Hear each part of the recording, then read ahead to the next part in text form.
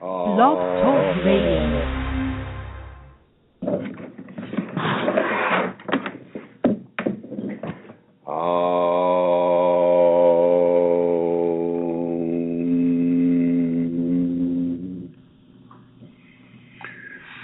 Hello everyone, this is Chrism, and I'd like to welcome you to another conversation about your Kundalini awakening experience.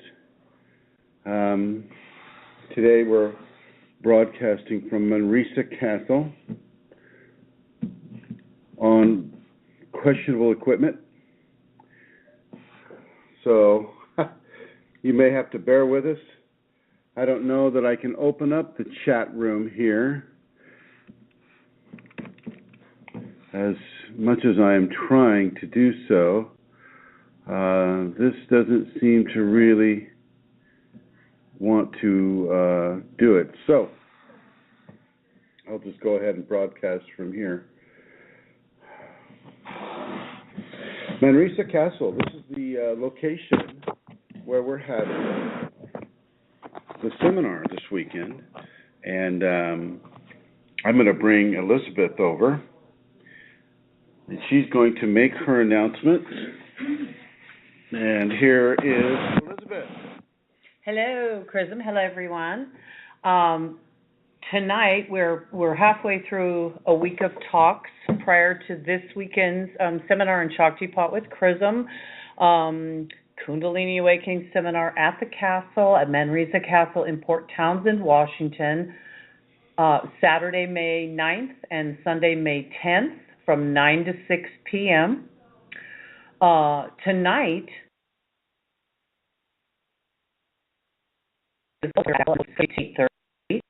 Tomorrow night will be at East West Bookshop in Seattle from 6:15 to 9 o'clock. And then Friday at Expansions Yoga in Silverdale, Washington, and that will be from 6 to 9 p.m.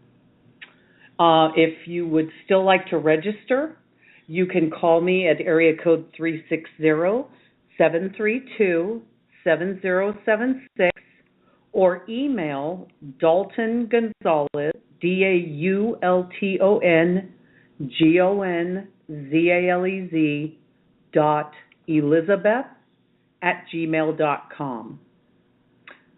You can also reach me on Facebook if you have any questions, or if you're from the group, you can just ask the question and one of the administrators should be able to direct you to me.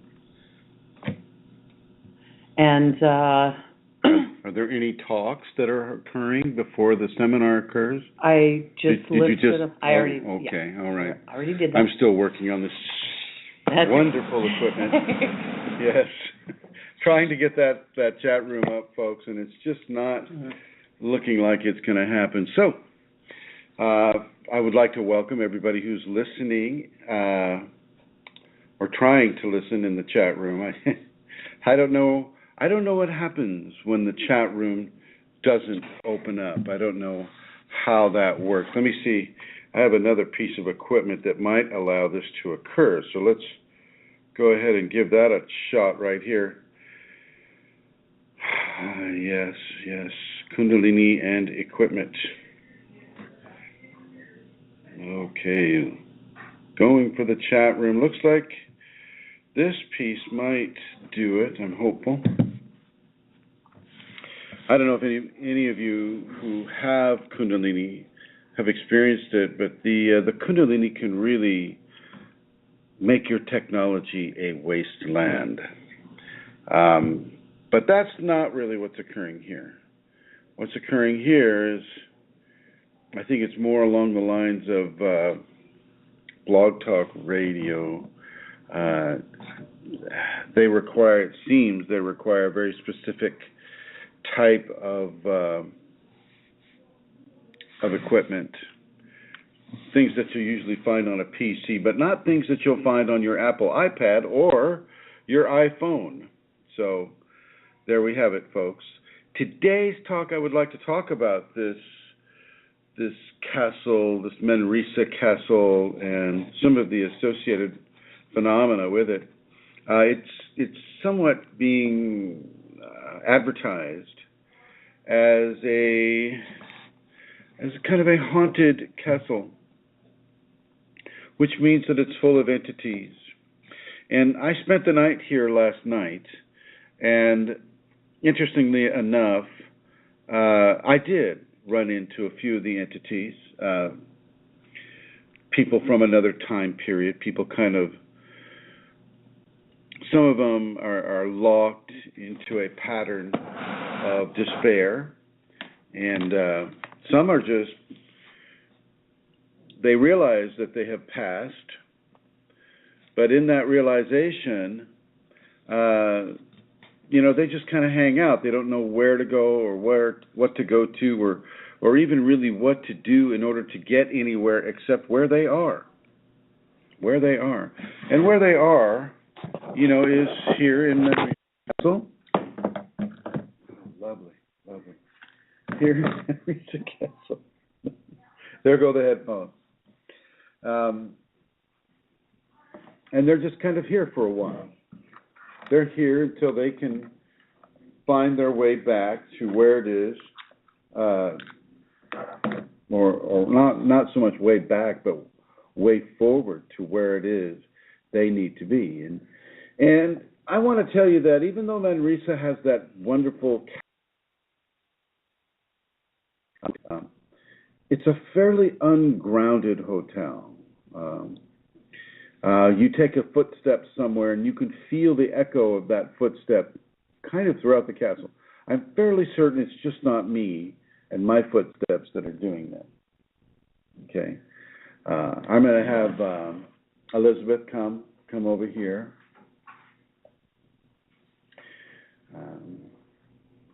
Now Centara is here on the Centara. Right. So I don't think Centara is going to be able to join us in the program today, although she is here in the studio. It's just kind of a weird setup. We've got Rosemary here and Eileen here. We've got Rosemary's older computer, trying to get into the chat room. It seems to be picking everything else up but the chat room. I've got my iPhone. I'm here. Oh, thanks for picking up. I'm here, Chrism. Yeah, okay. Have you been following the program thus far? Yes, I just to let people know, because I'm manning the switchboard, I've gone into another room if people want to call in, because otherwise the conversation would interrupt what Chrism is saying. So I'm in the next room. I'm looking out over the beautiful bay here, blue skies, beautiful blue water. And so it's kind of weird. I'm with Chrism, and yet it's like I'm at home. And all the guys are inside in the other room. So if you want to call in, please do, because then, I can take your call. And the number is 347-934-0026. Make it worth my while to be in the other room, please. Yes, I know she was a little upset at having to go somewhere else because with the technology that we have right here and the way it's set up, if we were going to have huge echo issues occurring, and it's unfortunate because I like to have Centara right here in the studio with me, but she is in the virtual studio right here. And Centara, since we're on the subject of Manresa and the entities here, can you relay the experience you had the first night you spent here? Oh, I can indeed. Well, from the first moment we came in, I was aware of, let's say, presence within the hotel and, a dense energy. And, I didn't see anything, but I could feel it. And so there were particular areas on the corridors where it was very strong, like a glitch. And then there was another place where there was this other sensation, like a vortex. I mean, you can actually feel it. It's like you feel it in your body, not pins and needles, what is it, like shivers. And I'm just very aware of different presences that are here. So the first night, myself and Rosemary were given a room, and I was fast asleep. I have no fear of them, so it doesn't bother me that they're here. So I went off to sleep. And I went off to sleep early, and Rosemary actually had a shower, and I drifted off to sleep while Rosemary was doing whatever she was doing in her practice. And then suddenly, I felt like out of my sleep I woke because somebody was banging on my legs between my knees and my ankles, pulling and banging. And I came out of my sleep with a start, like that, expecting to see Rosemary at the end of the bed, but she was obviously tugging me to wake me up for some reason. And so I came out like, Rosemary wasn't at the end of my bed. She was over at the other side of the room. And so I got a huge shock. And it took me a few moments to orientate to the fact that it wasn't Rosemary, it was some other thing. It was so extremely tactile. So for a few moments, I definitely was frightened. And then, I recovered. And we kind of laughed about it. So yeah, that was my experience. Last night for me, as I was leaving a student's room, we were visited by Carolyn Beesratz here at the castle yesterday, and she was only able to spend a short time, but she got to spend her night on the third floor. And evidently the third floor is the most active. Is that correct, Elizabeth? Yes. And why, if you know, why would the third floor be the most active? What's different about that floor? Well, you mean that this, like in the history of a man hung, well, a priest, one of the priests or monks hung themselves here. Another woman jumped out of the window and landed on the cement below. Well, yeah, that would. Those activities do create entities. Right. And there is a second vortex on that floor. The same one that Amelia felt on the second, unless she's talking about the one on the first floor. But there are two vortexes, and then the glitch is kind of at the end of the first. Well, for the listeners, what is the difference between a glitch and a vortex? Ooh. A glitch? Oh, sorry. A Go glitch, ahead. can I speak? Yeah. A glitch a vortex is something that is swirling and ascending kind of. There's a movement in it. Whereas a glitch is like a disturbance in the Force. It's like passing through. Yeah, it's like passing through something electric, and there's a glitch in the, actually it's hard to explain, isn't it? But it's very different. It's very, very different. Well, and when she had me stand in the glitch, I literally we stood in it, and it made me physically nauseous. The vortex just kind of, it doesn't make I didn't feel any like physical sensation and coldness. The glitch is cold to me and makes me physically nauseous, dizzy. And I didn't know about the glitches and the vortex because you hadn't told me, Elizabeth. No. I said to Elizabeth, can you come down this corridor and just walk and see what you experience? And then, because it was so dense, and then when we turned the corner, afterwards Elizabeth told me that somebody had explained to her that there were two vortexes. I didn't even know that that was known, Well, I think we should leave someone a memo that there could be two vortexes. Okay. Well, I only felt one. Well, I think there are a lot more in the castle, and there's a lot more than just two entities here as well. That's for sure. But if you're coming here, if you're coming to this place or any other place really within a Kundalini context to feel entities, well, as a Kundalini activated or awakened person, you'll draw interest just for your Kundalini awakening. You'll draw interest. You got that red flag kind of going out over your head going, yeah, Kundalini active, able to see entities, come and have a chat. Except that if you're any of my personal students, I will suggest that you do not have that chat. You do not tie into the lower astral entities or creatures or creation, so to speak. and start using them as like a channeler does. What was that? I think the wind. Oh, they say it's the wind. The wind did it. Yes, the wind. Or Scrooge said, I think you're just a bit of beef and some mustard that's gone bad, to the ghost of Christmas past. Anyway, so if you're going to come, you don't really need to come to Manresa to experience entities, except you know for a fact that Manresa definitely has the entities. You can go to your local Motel 6, and you'll have entities there too. You can go to any hotel in the country or the world that's been open more than a year, and you'll probably find entities in that structure. As anywhere where you get a lot of people coming in and a lot of people going out, you're going to have entities. And as if you go into some of our earlier programs, what is that?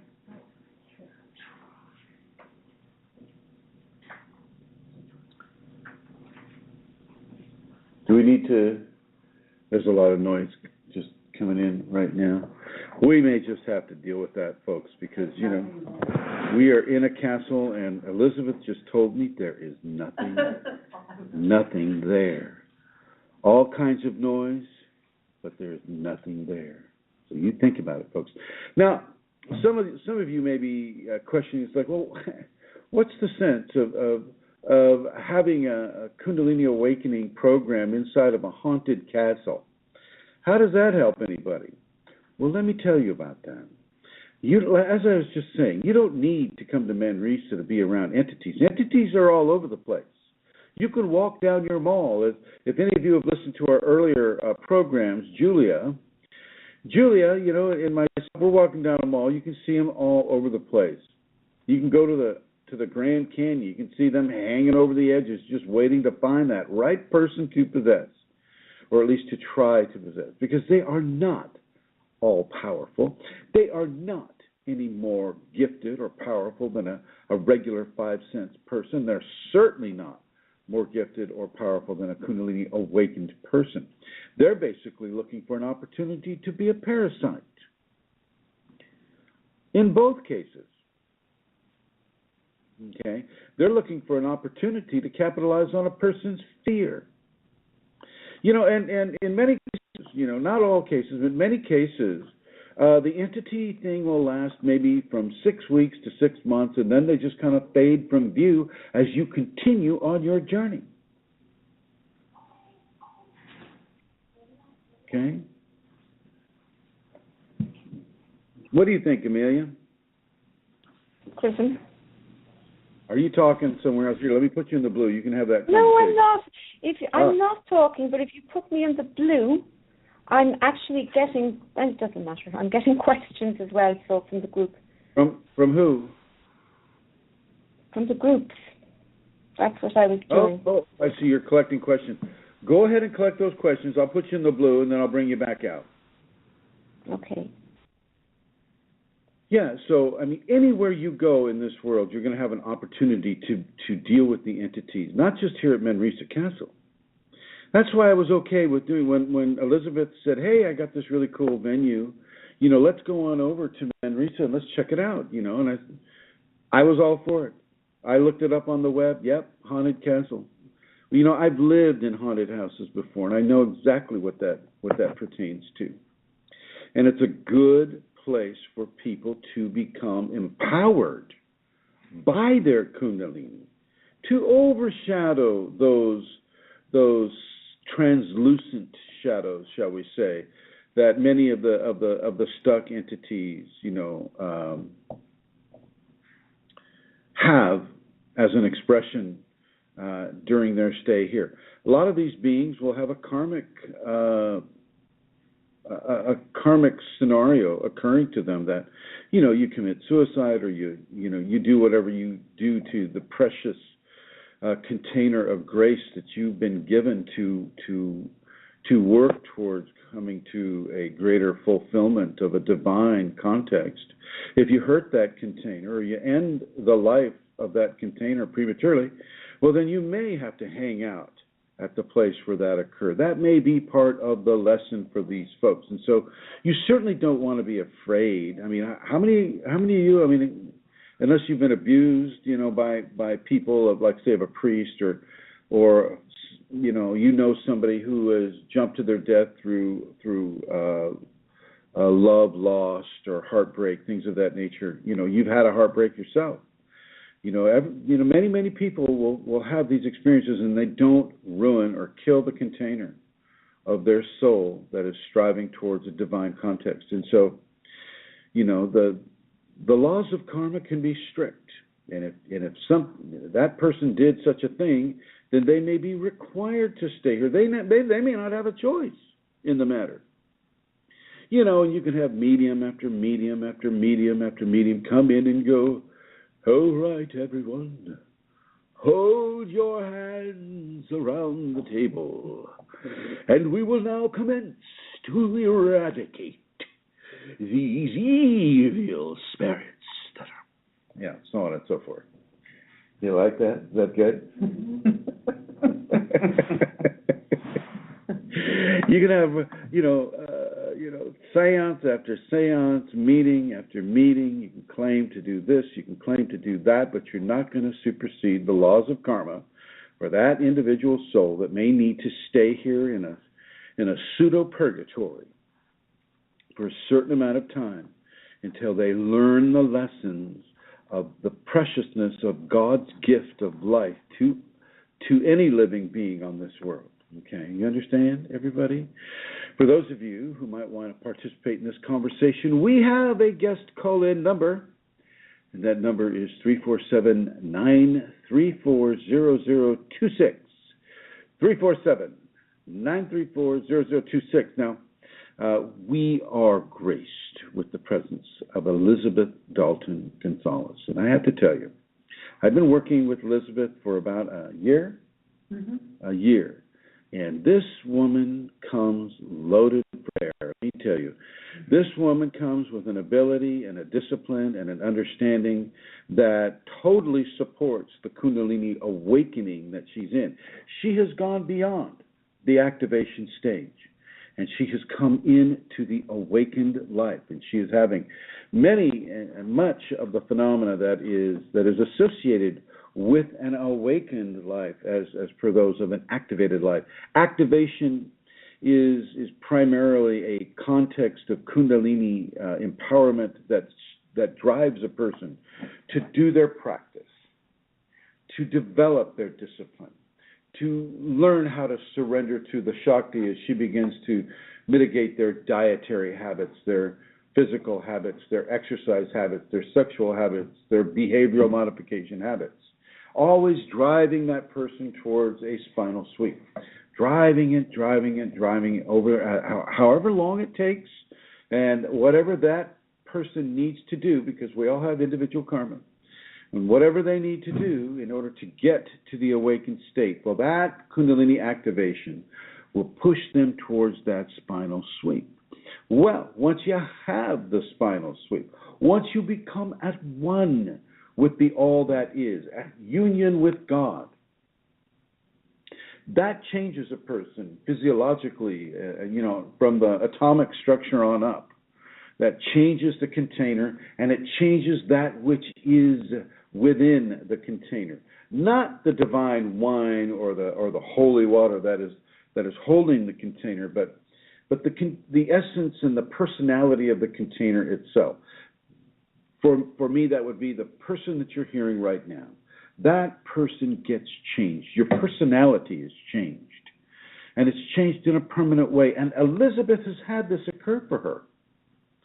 She has had this change occur. Now, I just looked up and I just saw another one of those entities. So, all Manresa entities, come on over. Stay away from Rosemary and Eileen, but Elizabeth and I can handle you.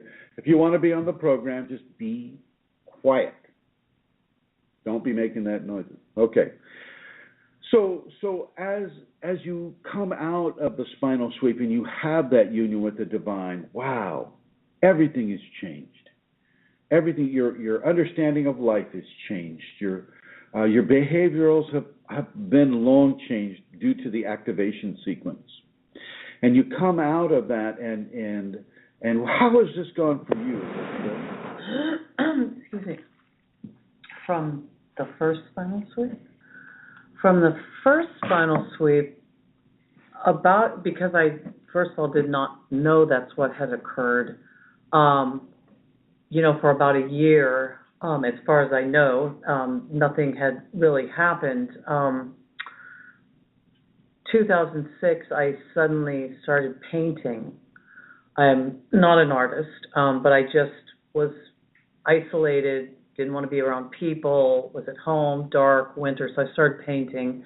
And I noticed right away there was a pattern and a symbology, and I have a long background in Kabbalah, so I noticed the symbols some were Kabbalistic, but I still wasn't understanding them because they weren't coming out the way that the Kabbalah that I had learned and the circuitry that I had learned. Anyhow, they kept coming out just as paintings, but I was noticing there was a lot of symbolism. Then I, had called one of the teachers at the Kabbalistic temple, and I was describing what was happening to her. She had the 12th century Gra tree, and it sounded... No, wait a minute. You start going Gra tree and these, almond tree, peach tree. Yeah, well, it's irrelevant. No.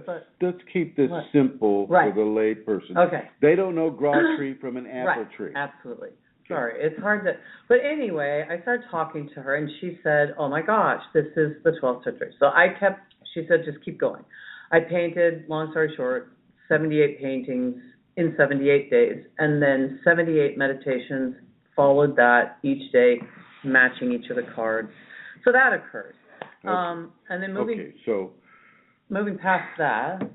So you mentioned 78 paintings, and then you mentioned a card. So, are you saying that you were painting 78 cards? I did not know at the time, but they came out. 78 matches a deck of tarot cards. Okay, all right. Or a deck of meditation cards. So this is what you're saying, is that the paintings eventually evolved into a deck of tarot cards. Correct. Go ahead. Make it simple. Okay, it's hard. So it became really a meditation deck, and the woman from the temple said there was just one place in the world where they still used this particular Kabbalistic tree. So she called that Safed Israel and spoke to a rabbi and spoke to an artist there, and had him speak to me. I sent him the deck, copies of the deck and the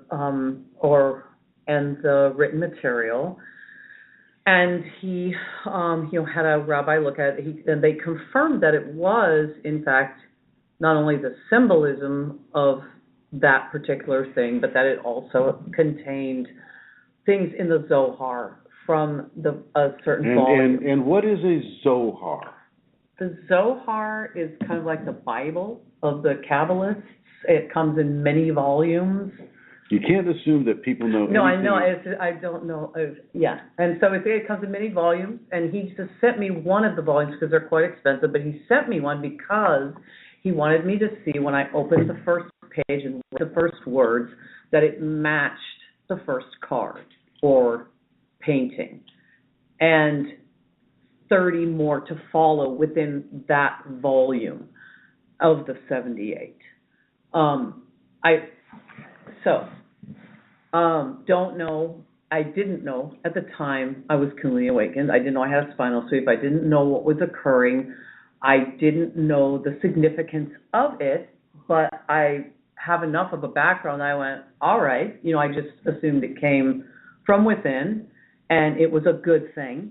And so I donated it to that temple, and they use it to this day. And that's I am not, however, I was not ever tied to it in a dogma sort of a way, because I had kind of come to an end with that when the spinal sweep happened. So what you're saying I was then no longer into that particular thing. So what you're saying is that after the spinal sweep, you were given an urge to create 78 separate paintings that somebody recognized as a series of meditation pictures, and that these pictures were going to be used, or it was decided that these pictures would be used as a tarot deck, deck of cards, or 78 basic paintings that would aid a meditation, and that this came out of the blue for you. Correct.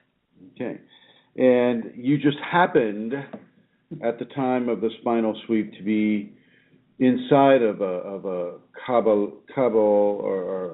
Kabbalistic training, right? Yeah, in a healing temple. In a healing temple in Los Angeles, no less. All you LA people listening out there. Cor Lucas. Yeah, Cor Lucas, and would it be correct to say that your evolution through the Kabbalistic degrees was rapid compared to other people that have, say, been there a number of years? Yes. And do you think that would have been attributed because of the Kundalini awakened spinal sweep? Yes, it was just highly accelerated. Highly accelerated, to the point where you just left it, right? I came to there was nowhere left to go. Right. So. And folks, you may find that happening too. When you come into the Kundalini, you come into the spinal sweep, and the spinal sweep gives you knowledge, gives you abilities, gives you skill sets that you didn't have previously. I believe, Elizabeth, you were a singer doing the nightclub goth song circuit at that time in Los Angeles. Is that correct? Yep. And so you were painting your face white and your eye sockets kind of like... Well, that was just one of the bands. Black. Yes. One of the band's name was Suicide Bride. So we all had a youth, you know. This, I only mention that because you weren't out and about. You weren't like, praying at every shrine that was on the street corner. You weren't like blessing babies. Right. You weren't doing any of these things. You were the lead singer in a number of groups. One of them called Suicide Bride, and you just had an interest in Kabbalism, and I will suggest that interest was being driven by a Kundalini activation, and it just basically gave you a format to follow, specific prayers, specific meditations, specific behavioral modifications that would allow a spinal sweep to come. Your spinal sweep came, and everything changed for you, and you just kind of were accelerated right out of that program and right into ours. And so I just want to say, wow, congratulations. It's a blessing to have you here. And really, it's a blessing to have you set up this seminar here in Manresa Castle. And this is, for those of you that have just joined us, we're at Manresa Castle in Port Townsend, Washington. It's right on Puget Sound. And as Elizabeth was telling us last night, we walked right out to the point where the plate of Juan de Fuca and the North American subduction zones come in contact with each other. And so these great tectonic forces that come to meet right there. Is that correct?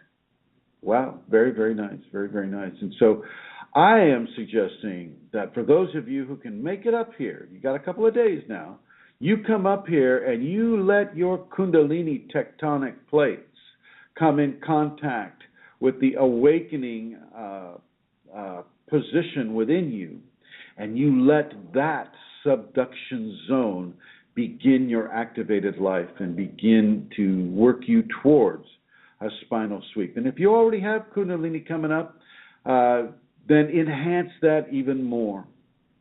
Enhance it even more. Elizabeth Dalton Gonzalez is easily approached. She's a very, very casual, very, very nice, very, very soft, loving, kind, caring, considerate person, like most Kundalini people are, except Chrism. Chrism can be a little edgy at times. You don't hear any dissent from the audience here either, so you know it's true. So come up here to Manresa Castle. This is a beautiful place. It's a very, very beautiful town. There's lots of entities everywhere. But there are lots of entities here too. In Port Townsend, we walked the main street, and the main street has all these nice little maritime style shops. A lot of this is a port city, Port Townsend, and it's been here, I think, since the mid-1860s, maybe a little before. And a lot has happened here. There's been a lot of brothelizing. There's been a lot of proselytizing, which is almost the same thing.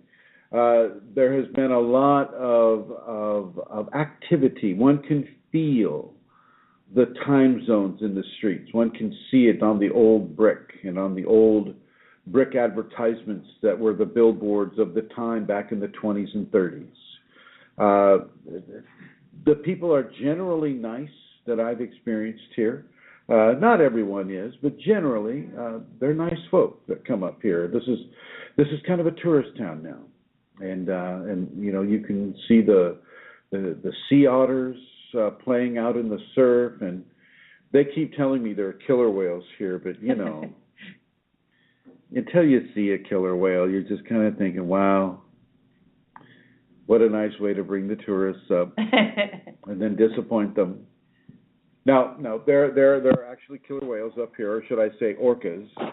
The orcas, there's a pod there in Puget Sound. Orca whales travel in groups, and those groups are called pods. And there's a pod here in Puget Sound. And so this area here has a very, very, very strong psychic expression. A lot of stuff has happened here of a psychic nature and continues to happen. And so with that in mind, this is a good place to begin your Kundalini awakening equation. You'll be taught what to do and what not to do. You'll be given safety protocols. You'll be given what you need to begin your path. You don't necessarily need to listen to the teachings of Chrism. Listen to the teachings of your heart. Go there first. Once you've listened to the teachings of your heart, matriculate up to your intellect, and then match the teachings of the heart with the teachings of the intellect.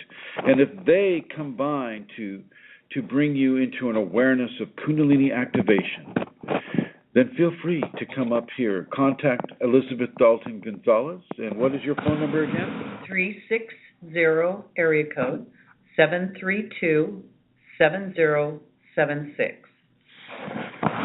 Now I have double radio interviews today, so I won't be able to do the full 2 hours what we normally do here. However, Her Holiness, the Queen of Questionable Comforts, Santara, she has been collecting some information from the groups, and so here she is. Santara, hello. Hi, can you hear me? Yes, ma'am. Okay, cool. Well, the first question isn't actually from the group's Chrism, but it says, why do entities stay in a place and not move on to wherever they should be? And how do I know that this won't happen to me too when I pass? Well, it's probably going to happen to that person, just for asking the question, they're going to, oh my gosh, so much trouble now. Don't be mean. Listener, he's joking. If you listen to the beginning of the program, I spoke really about why an entity would be sequestered in, say, the building where they committed suicide, or in the general environs of where any damage to the corporeal body occurred with the intent of trying to eliminate pain or eliminate frustration or killing someone, things of that nature. That is what can cause a person to have a time spent.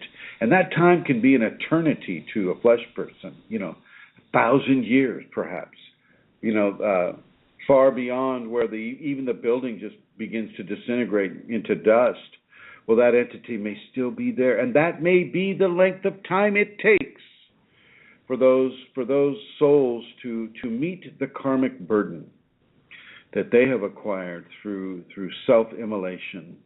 And so how would you stop that from happening for yourself? Well, just don't kill yourself, number one. Number two, realize that everything that is given to you of a distressful or painful nature is able to be handled by you, or it would not be given to you. You can find the way if you simply trust the process that you're in, especially with the Kundalini. You trust the Kundalini. You trust divinity. You trust the applications of the divine hand upon your body. And yes, you may have to change. You may have to change. You may not be the same old person you have always been and always known yourself to be. You may have to change into someone else. And I just want you to embrace that. Embrace it.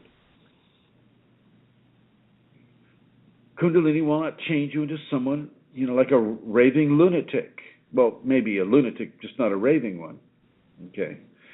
It may change you into a person that is not recognizable by you. But, there we have to get around that slippery slope of you not engaging in things like Reiki or channeling or, anything that allows another entity to jump in and take over your consciousness because, you're just so tired of having to deal with all this change that you just don't want to have any more responsibility. And, here's this entity raising its hand and saying, here, let me drive that body. I can do it. So no, you don't get to do that because that, again, incurs karma. You're not going to step away from this unscathed if you're going to step away at all. So don't step away at all. You have the responsibility that comes with having life. Accept that responsibility and accept the changes and even the difficult changes that come with that responsibility. And do not hasten to end that life or those responsibilities because you may end the life, but you won't end the responsibilities. Those just keep on going, and it's just really hard to meet those responsibilities without the life that they came with. That's how you keep from becoming a lost soul or a ghost in a castle. You don't kill yourself. You don't kill other people. You look into yourself, and if you're having Kundalini, you give yourself to the divine. With all the trouble and all the transformation that incurs, you give yourself to the divine. You let yourself have and hold all of the various natures of divinity. You embrace life with love and with gusto and with grace and with the submission to the inner divine. As the inner divine guides you into these different areas, you basically surrender. And if you don't surrender, if you really end up having a real difficult time with this, you just may end up in a fragmentation. Many people do. Many Kundalini people will end up in a fragmentation. Mine lasted for over 12 years. We had a wonderful young person on the show a few weeks back. Her name is Brooke Robertson, and she's had one. She talked about it a little bit. I'll let you visit that show in the archives. But she learned also to surrender to that grace, to follow the commitment and the discipline that her inner grace is giving her to do. And, it won't come at you in such a mysterious way. You'll be given exactly what you need to do. If you need to sell your house and move out to another area, if you need to realign your marriage, if you need to get a divorce or to change your job or to do whatever you need to do, whatever that grace within you is calling for you to do, well, then you just do it. and you trust that that is the right thing to do. This does not include hurting yourself, suicide. This does not include hurting another person. Even now, I understand that, say, within the context of divorce, if that person doesn't know that that's going to happen, well, you're going to incur pain on them. That's true. I can't get around that. Do everything you can do. Try for the marriage counseling. Try for everything that you can do to save it, unless it's really abusive. And if it's really abusive and you're leaving them is causing them pain, well, so be it. They've made that bed. There are many ways not to become a ghost or a hungry ghost or a spirit that wanders the land. And I've just given to you a few ways of not allowing that to occur. Kundalini does not want that to occur for you. It doesn't want you to wander the wastelands, wailing and shrieking in anger for the opportunities lost, for the decisions and choices not made. Okay. So pay attention to your inner divine. Allow yourself the time and give yourself the temerity that allows you to embrace your life, certainly the Kundalini life, in ways that heretofore maybe you haven't done yet. Where haven't you surrendered to the grace within? And remember, we're not talking about channeling. We're not talking about being a medium. We're not talking about being the great healer. We're not talking about Reiki. We're not talking about anything that is supported by a strong or even a weak egotistical matrix. What's that word we were using the other day to describe people that are really in it for themselves or selfish? Narcissistic. Thank you. Yeah, this isn't about... Thank you, everyone. This isn't about narcissism. This isn't about self-aggrandizement. If you're in the Kundalini for those purposes, leave as quickly as you can. Or, better yet, change your narcissistic ways. Okay? Really change those narcissistic ways. It's not all about you and how you can hold yourself up to everybody else around you going, look at how great I am. Look at how rich I am. Look at how talented I am. Look at how pretty I am. Look at how handsome I am. Look at how, all of these things I am. If you do that with the Kundalini can change that. And sometimes she changes things in very painful ways. Just so you know. As they say out in the Midwest, I'm just saying. Next question, dear Santara. Right, there are two questions around the same thing, so I'll read them together. It's about sound and words. I heard two words in my left ear last night while I was trying to sleep. It was a male voice, and the words were not in my mother tongue. I felt like someone spoke into my left ear. And somebody else says, has anybody woken up in the middle of the night with a surge of energy and also with their name being called repeatedly? And what could this be? Well, these are separate things. Okay. What did they say? What the word was in their not in their non-mother tongue?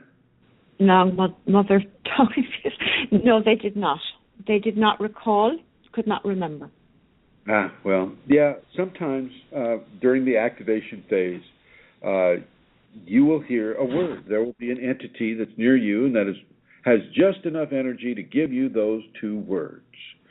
You might want to phonetically spell them out. So if the, let's just say Elizabeth Dalton Gonzalez is this exalted, grand spirit that has come up to the awakening Chrism or the activating Chrism, and she just wants to give him just two words. And she reaches over and she puts it into his fifth chakra, and she says the words, for one. Forone. But Chrism doesn't know that. Chrism's just heard the word for one. And let's just say Chrism speaks Spanish. He doesn't speak English. So for one sounds a lot like por Juan, which means for John. Okay. So the person that's hearing the word needs to be able to discern it from some context. And if there is no context for the language that you're hearing it from, just ignore those words, because they're not coming to you. If Elizabeth, being this great exalted spiritual teacher without a body, say, she reaches over and she says to my fifth chakra, for one, even if it's just like the number 4 and the number 1, 41, at least Chrism knows it's like he has some reference point for it. But if there is no reference point for it, well, then there's really nothing for you to go on unless you receive some sort of a psychic impression, like they're like incantation words, like abracadabra, or something of that level. That would pique your curiosity enough, and you might be able to do some research, and you would find that incantative phrase means I create as I speak. Abracadabra means I create as I speak. And so, it depends on whether the person has any kind of reference point in their linguistic experience that those words can resonate with. And if there is an attendant emotion or guidance that is being given to look at, like a certain language dictionary, or to feel it, or to meditate with the word, some sort of a guidance needs to be given for you to make any sense of it. And it may not be a message that is for the person right at that moment. It may be a message that's coming for them later on in their timeline. Maybe in 10 years, that person will know what was said, because they'll become familiar with that language, or it will come into their awareness in some way. Now, with the other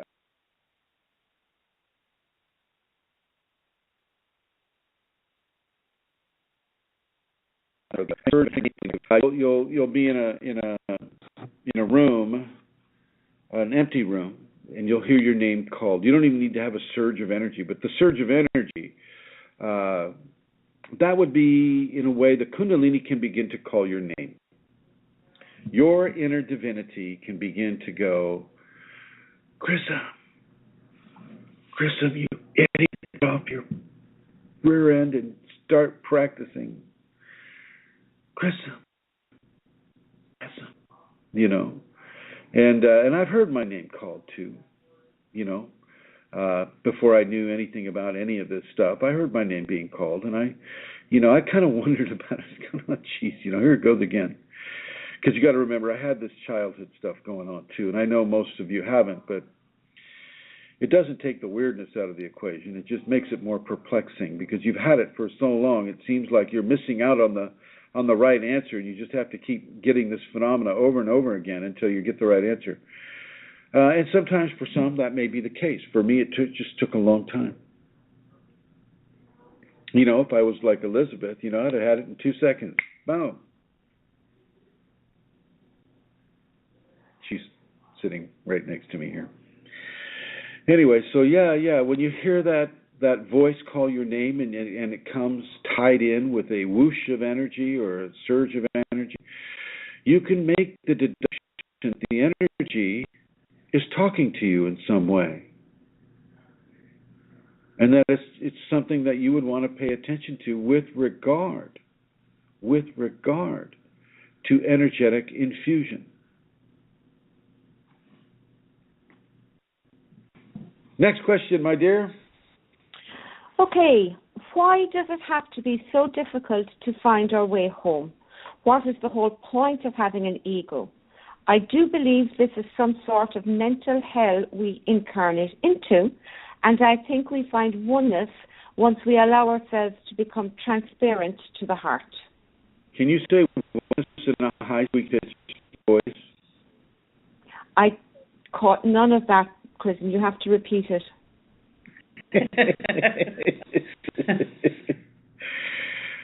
No, that's okay. Okay, why is it so hard to get home? Well,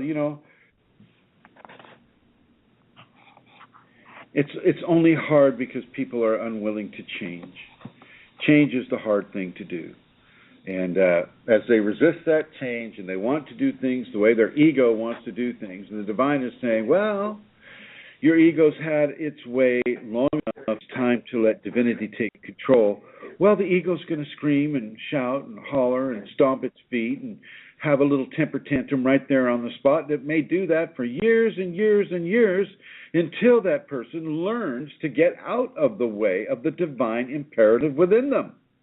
It's only a hell because you're resisting the teachings that new transformation is giving you. And because you're resisting those teachings, and those teachings aren't going to go away, you're going to have to suffer.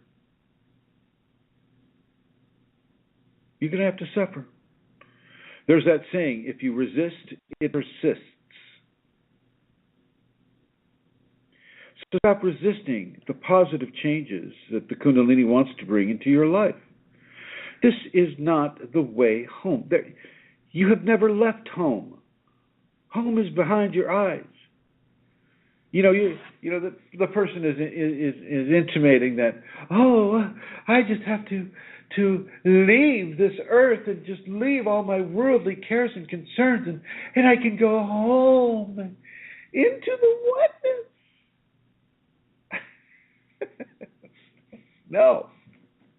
No. If it were so easy, everybody would be doing that. Okay, it is not about going home into the oneness of the all that is. It's not that at all. You get to suffer. And you get to suffer because you're causing yourself to suffer. You're not paying attention. You don't want to have to change. And so you're resisting the change. And that resistance is causing you pain. So stop resisting.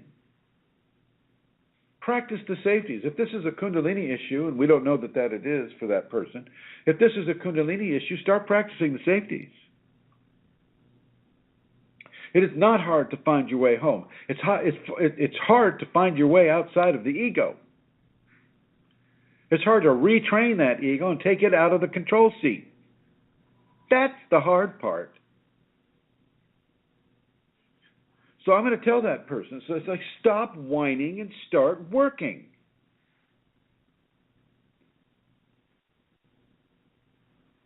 I'm so mean, huh? No. Oh, yes, I'm mean. Oh, yes, you were.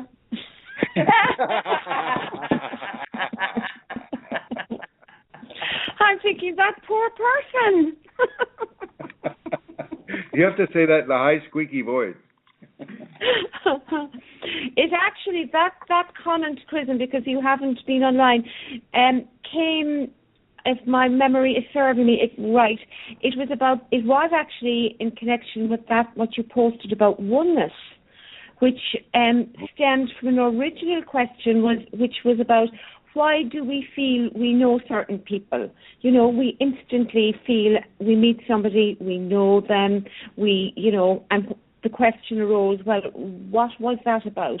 How come, others feel so different and other people we are so connected to? And is this about, the oneness? And shouldn't we therefore feel, know everybody? And you responded to that with a comment about oneness, and this person then responded to that as well, asking what's the point of having the ego. And well, let me go ahead and read what I wrote about oneness, so that everybody who's listening is kind of up to date on what that conversation is about. Let's see if I can get to it here.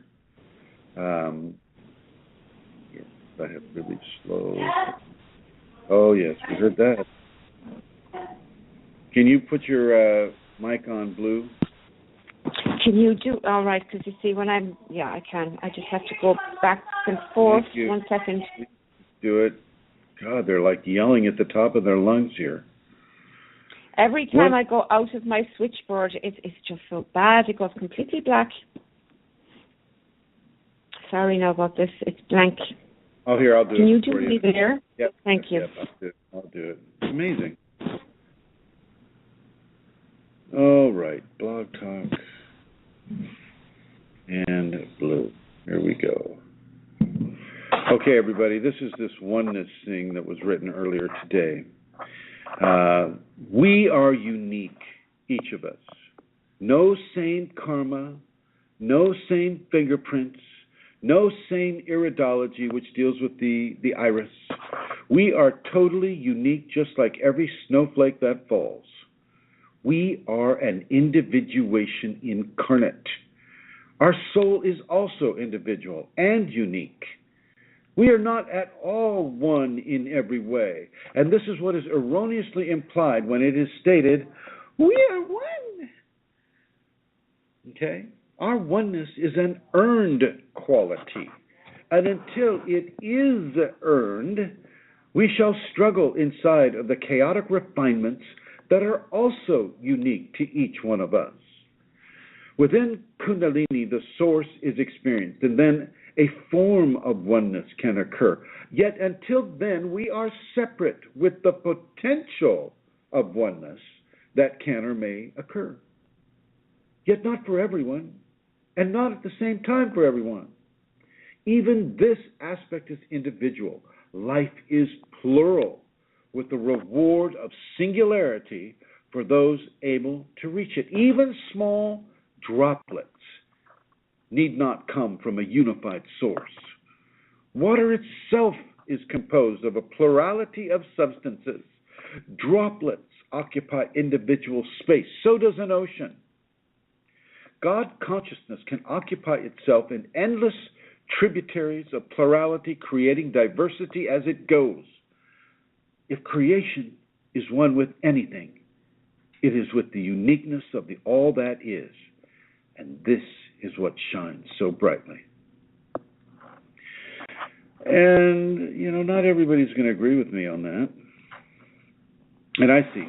And then why does it have to be so difficult to find our way home, blah, blah, blah. Well, it's only difficult because we suffer and strain at the changes that are being asked of us.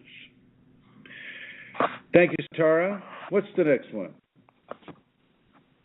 The next one.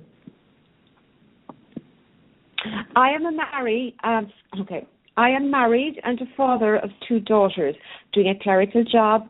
I am doing meditation in a daily routine. I am considerate at home at my job.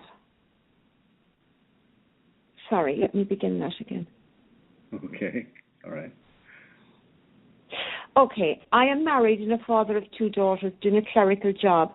I am doing meditation in daily routine to be thoughtless at home, at my job, or when I remember that I am going through it. And mostly I concentrate on my breathing. That is all I am doing. So the person wants to know if they're on the right track. They have had sensations in their teeth. They're hearing noises in their right ear. There's a heaviness in their heart, things like that. Pain in the cervical. Are they on the right way? If I were them, the interesting is Rosemary's taking these questions off of the Kundalini Awakening groups that are associated with Kundalini Awakening systems.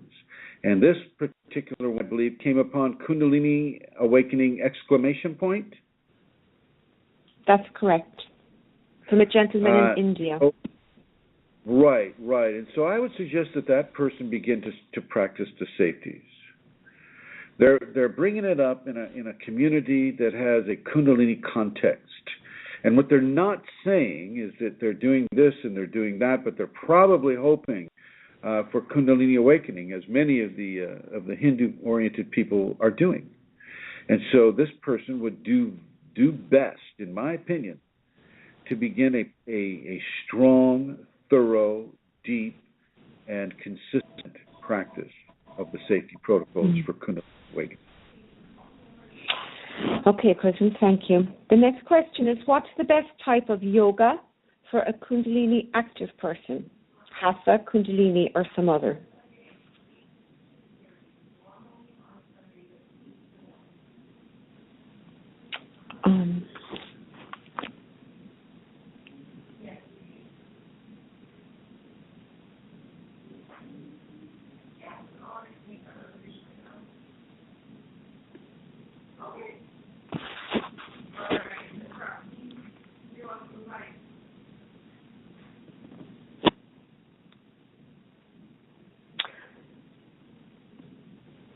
Hello?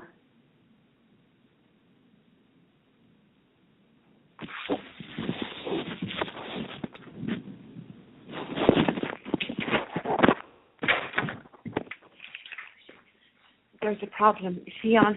He's not showing up in my... Did we get on? Yeah. When did it click off? Do you recall? I'm still there. Are you on? Don't know. Look at the clock. Is the clock ticking? Yeah. Okay. Yeah. We're on. We might be. The clock's ticking. Okay, guys, it says that I am not connected yet. The clock is ticking. So just in case people are listening to us, looks like we're having a technical problem. So we'll have to go ahead, I think, and end the show now. No. We do No? not have to end the show now. I don't think Your clock is ticking.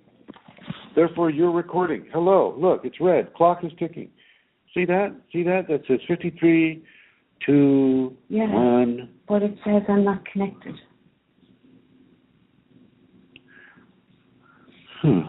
And you're not there, so, we can go ahead and talk maybe and hope we're being listened to. Well, we're still being recorded here. Look at the red line. Skype is recording this. So I'm just going to try to come back online here. Wow. It's so hard to do these remotes.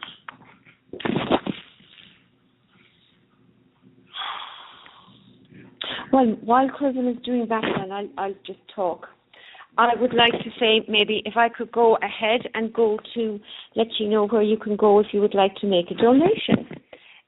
There is a website that is the best place, really. Well, it's certainly the most efficient place to have to make a donation, and I'm going to give you that website address now. And it is www.ascension-kundalini.blogspot.com. And in the upper right-hand corner, you will see there's a donate button. And if you press that, it's quite easy after that. And again, we say this every week. There's no pressure on anybody to donate. But if you want to, and if you're in a position to do so, please go to that address. It's ascension-kundalini.blogspot.com, and all donations are very gratefully received. I'd also like to say hi to everybody in the archives and to the people who will be listening to this, tomorrow or the next day. And I'm very sorry to the people in the chat room that are listening live. Carolyn, hi. I know you said you were going to be listening. It's really, really nice to have met you yesterday. I know Manisha is there because I spoke with her there for a while ago on Facebook. Hi, Manisha. I hope you're not snoozing because it's quite late where Manisha is now in Germany. It's probably 1 or 2 a.m. in the morning. Hi, Vashti. I know you're there, and Kelly and Edge Henderson and Catherine, Kathy, Elliot, and all the other people that are there. Yeah. Well, sorry, folks. Yeah, we connected. Yeah. I'm going to put the link so we don't get that wonderful echo. 2 iPads equals 1 echo. So here we are. Back again. Sorry about that interruption. We are in Manresa Castle, and we did just get bumped off of the internet. And so, of course, that meant our transmission was also bumped off. I'd like to say hello to everybody, too. Carolyn, hello, and Brooke, and Manisha, and everybody who typically calls up and listens in the chat.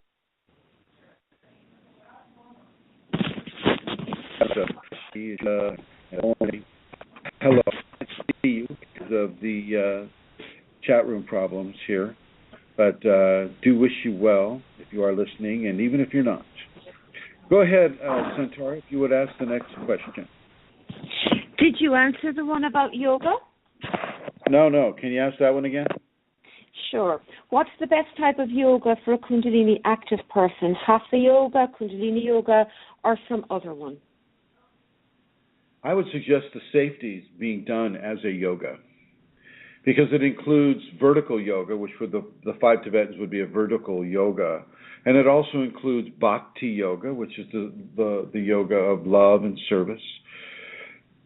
It includes Raja Yoga, which is the yoga of intellectualism. It combines a lot of different yogas into one daily practice, or a practice that you can do daily, but sometimes I have you do it twice a day. So I will suggest the safety protocols for Kundalini awakening as a practice of yoga. Next question. That's really, I hadn't thought of it, Chrism, because I had answered that and I had written down the vertical yoga, but the bhakti yoga, and I hadn't thought of it in those terms before. Thank you. Yeah, Kundalini, when she writes her safety, she does it to it. Let me tell you, she takes from every culture and every aspect, and the rishis were so smart and so dialed in that they knew this too, and so did, I think, so does the Rig Veda. The Rig Veda also discusses these different levels of awareness, and it's just, that you got to hand it to the ancient Hindu who were able to separate it into different yoga practices. Okay, thank you. The next question is, I'm finding it very hard, even too hard, to forgive my parents for the way I was abused as a child. I find myself getting really angry and emotional with them. I know forgiveness is one of the safeties, and I don't know how to deal with this. Well, so what the person is saying is they're not dealing with forgiveness very well. Yeah, they're finding it too hard to forgive their parents for the way they were abused as a child.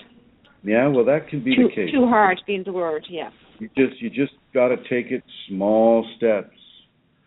If you suffered from emotional abuse or physical abuse or sexual abuse, which is not uncommon with Kundalini people.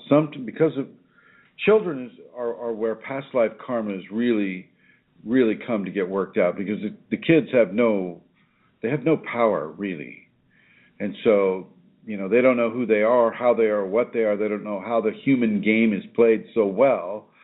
They're there, and they live through the karma of their past lives, and sometimes that is an abusive scenario, and so you just take it slow. You take it small pieces at a time. You don't rush it. You don't push yourself too hard. You don't take up too much that you can chew. Too much. Don't get too big of a mouthful, and just take it slow and be consistent with it. If you can just forgive one small thing, and then let that small thing, collect into some sort of a bigger event.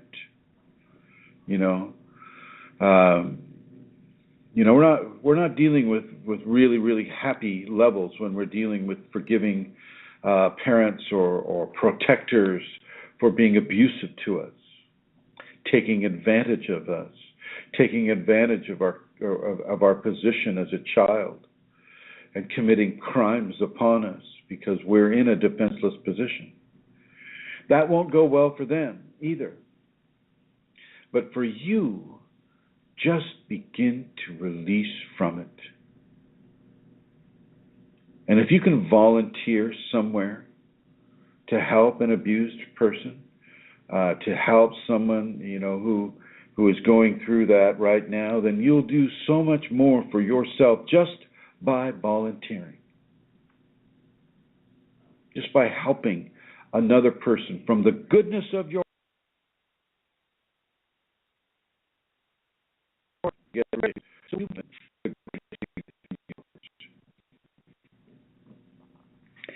take small chunks and forgive them, and then move into the next area, and just realize this will take some time. Don't be in a rush it's not instant gratification in these areas. Do the forgiveness. Be kind to yourself. Be consistent. Be determined. Be courageous. And continue to walk that path. Okay, Amelia, got another one? There's just one more, Chrism. Okay. I am a Kundalini lady who does not have any children. And while I do not have a partner and I have no interest in really living with a man, I would very much like to have a child. In a Kundalini context, could you advise me, please? Well, you can have a child. You can have a child without a man in the house. We all know how men can be, right? You can adopt a child. I would suggest in a Kundalini context that you give the child a balanced level of interaction. It sounds like this person may have some sort of antipathy towards men as a gender, rather than just a man or a group of men that may have done her harm. If it's antipathy towards men as a gender, well then that would be something that I would work on first. Why do I feel that way about men as a gender? Where have I been hurt?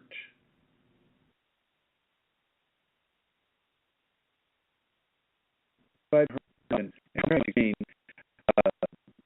the lack of a father or a father figure in that child's life, when that child comes of age and is able to ask those questions, Mommy, how come I don't have a daddy? And what are you going to say to that child? Oh, I just hate the other half of the human race. That's why, honey. So look at that and heal that within yourself first before you foist that problem off on an unwitting child. Look at why you don't want to be with a man. Look at why you'd be depriving that child of a father figure. Not to say, I was raised by a single mom. All four of her kids, we went through the babysitters, we went through the stepfathers, we went through everything, okay? She, even though she was the primary source of knowledge and sustenance, we weren't deprived of male figures in our lives. And I would strongly suggest that you, as an individual, do not deprive a child of a primary male father figure in their life. I don't care if it's your brother or your own father or some person that you respect that's in your life that happens to be of the male gender. You can raise that child and you can give them a balanced existence without being married. But you can also do it in a way that allows them to make their own choices rather than adopting your program of, I just don't really enjoy the, 50% of the human race. Just as soon be without them. Because they're going to have to work with men in their lives. Whether they're a male child or a female child, they're going to have to work with males in their life. So you may want to consider that within a Kundalini context, that you're not mirroring what may be happening to you in a Kundalini context. It's not as above, so below for you because you have that issue against men. Take a look at that. Take a look at it honestly and heal yourself of that, or at least come to a balanced terms. Ask yourself the question, what am I going to say to my darling child that I love so dearly because I've been with them for 8 years now? What am I going to say to that 8-year-old when they wonder, well, where's Daddy? Who made me? How come my friends have all these daddies and I don't have him? I don't have one. And if it's just because you have a problem with men, or you haven't come to terms with abuse that you may have suffered at the hands of a man, well, it's better to come to terms with that first, in my opinion. Thank you How's it very going, much, Amelia? Chrism. What? Well, we're doing well. You know what I'd like to do? I just want to give I'm just going to give the donate place again, just in case I wasn't heard, if that's okay. So, Please do. those do. Then I want to hand it over to Elizabeth Dalton Gonzalez again, and she can repeat her announcements. Okay. Well, if you want to make a donation, you can go to www.ascension-kundalini.blogspot.com, and in the upper right-hand corner is that donate button. Again, please donate if you're in a position to do so, and if you want to do so, it would be very gratefully received. www.ascension-kundalini.blogspot.com. And if that doesn't suit you and you would like to donate in some other manner, you can contact me at kundalinimatters@gmail.com, and we can have a conversation about that. And just to say to everybody, I apologize in the chat room that we're not seeing you. I'm missing all your names, so hi to everybody there. And also, I'd like to say hi to John. John is usually in the other room when I'm doing the show. And so hi, John. And hello to Helena as well, who will be listening with him, my daughter, who's just after returning home after a few years in New Zealand. Hi, Helena. See you in a couple of weeks. That's me done. Thank you, Chrism. All right. Here's Elizabeth. Okay, so tonight, again, we are at the castle tonight. The talk is at the castle, starts at 6:30, goes till 8:30. That's in Port Townsend. Then tomorrow night, Thursday, May 7th, from 6:15 till 9 o'clock, we're in Seattle, in downtown Seattle at the East West Bookshop. On Friday night, we are in Silverdale, Washington at Expansions Yoga on Bayshore Drive, and that's going to be from 6 to 9 p.m. And then again, the seminar begins on Saturday, May 9th, and Sunday, May 10th is Shaktipat and the remainder of the seminar. If anyone would like to register in advance, you still have a couple of days. My phone number is area code 360-732-7076, or you can email me at Dalton Gonzalez, DAULTONGONZALEZ.Elizabeth@gmail.com. And you can also just show up on Saturday morning in Port Townsend at Manresa Castle and register as you come in at 9 a.m. Thank you, Elizabeth. And I just want everybody to know that we are blessed